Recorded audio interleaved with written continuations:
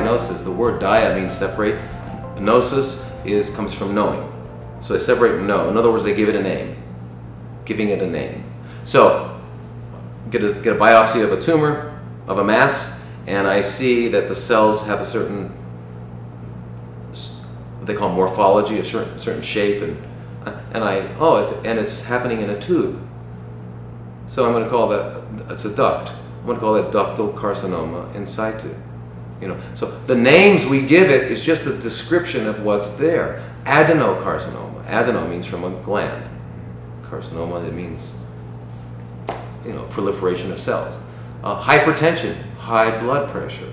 Well, you got to realize that the diagnosis is almost irrelevant. It's like calling it an apple, because it doesn't help you with the two most important things you need to know.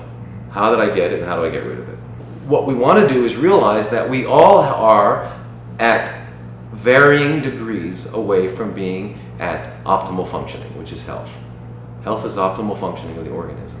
Now, if you get so far from optimal functioning that you're actually having some dysfunction, it'll be noticed. You'll go to a doctor and they'll give you a diagnosis. You've got cancer, you've got high blood pressure, you've got ischemic coronary artery disease. Whatever it is, that's a diagnosis. But I just want you to know that we're all on our way. We're all on the road to losing optimal functioning. Okay, so when we talk about prevention, what we're saying is, let's jump back in to living the way we were designed to live by God, by the universe, by nature. Live according to that way, and whatever conditions were occurring in our body that would result in a diagnosis won't happen.